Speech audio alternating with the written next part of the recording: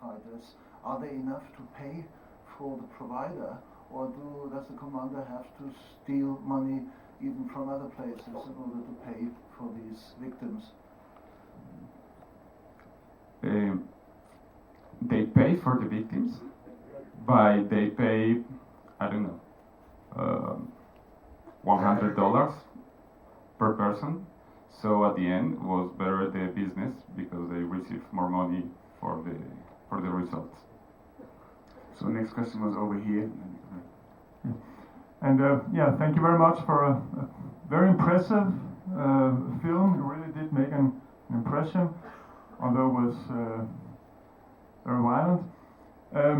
And Colombia is widely known as a country where violence is pretty extreme on a lot of levels.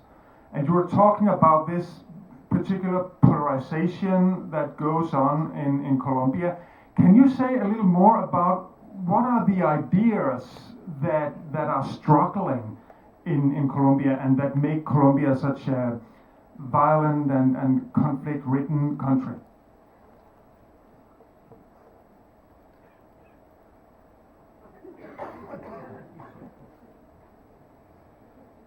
I think in Colombia we have serious mental problems in the whole community because we have been living in this violence for years and years and years. Since the colonization, we have been living in war.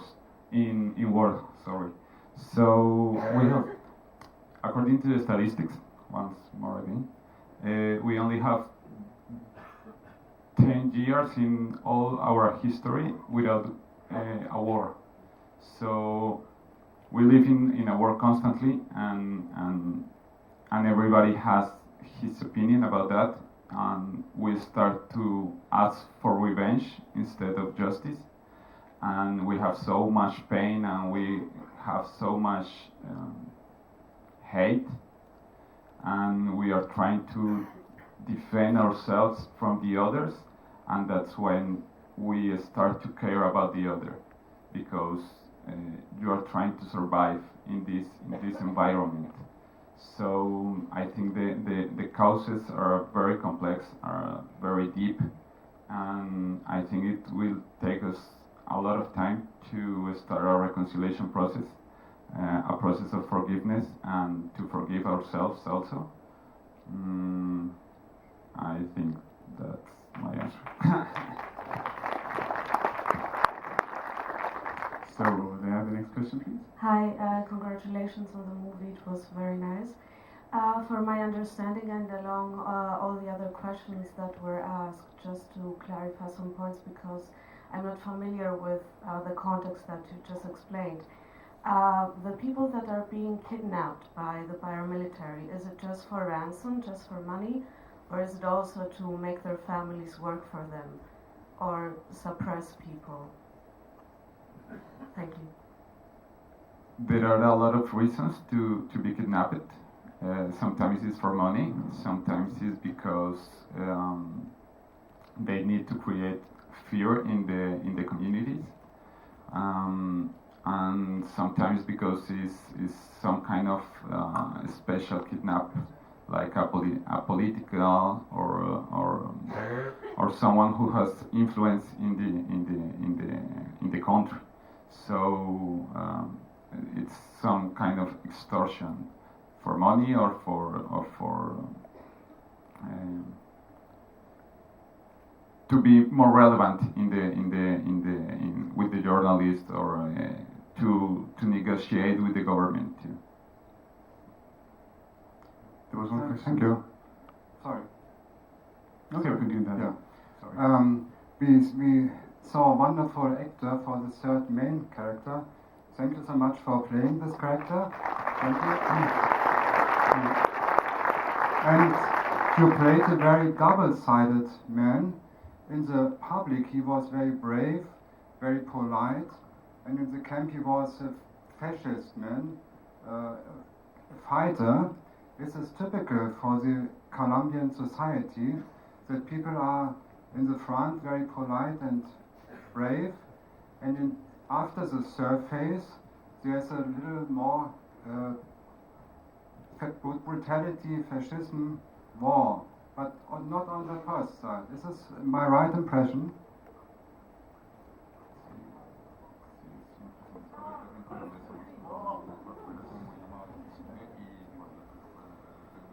Yeah, this is a big thing in Colombia. We are really nice people. But when we are we have really violent, you know, when Jorge sell me the project, he said, you will be the bad guy. I said, okay, again. But he told me we will show another part, you know the bad things, just in how he live in a day, you know, and how he eat. And I said, okay, this is interesting because you live with that people in the country, sorry, and you see that people on television. Everybody's nice, you know, but have a dark side, that dark past, and that was really interesting for me for acting because I start to think, okay, this is really serious. How can I, you know, take the audience in the chairs if you don't talk, if you don't show some kind of story or something like that, but you need to como atraparlos, touch. Yeah, but yeah, this is a huge thing in Colombia because we are so fun. We smile a lot. The people in the streets are really nice, but at the same time we are the most violent country in the world. You know? So there was a question there. Yeah, I have one more question. Very similar to that one. Yeah. But I thought Am I it was- disturbing somebody there now? Okay. I understand your point of view as an actor, to play somebody else, not exactly an asshole, yeah, and who is a killer and just a bad guy. But what disturbs me, I just wanted to ask. You say, I mean, Mr. Regisseur, okay? You say that all those guys who are killed, they are somehow statistics. Therefore, we do not know anything about them. We just see them, okay, a nice guy, young, older, that's it.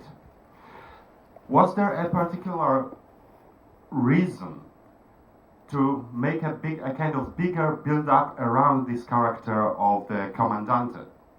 Because in one moment I had an impression that you want to excuse him for what he is doing because I know him deeper. I know he's nice in such moments. He's an asshole in another moment. I know he likes what he likes to eat. I know he likes ladies, and so on and so on. So the character is deeper than anything else. Was there any particular reason to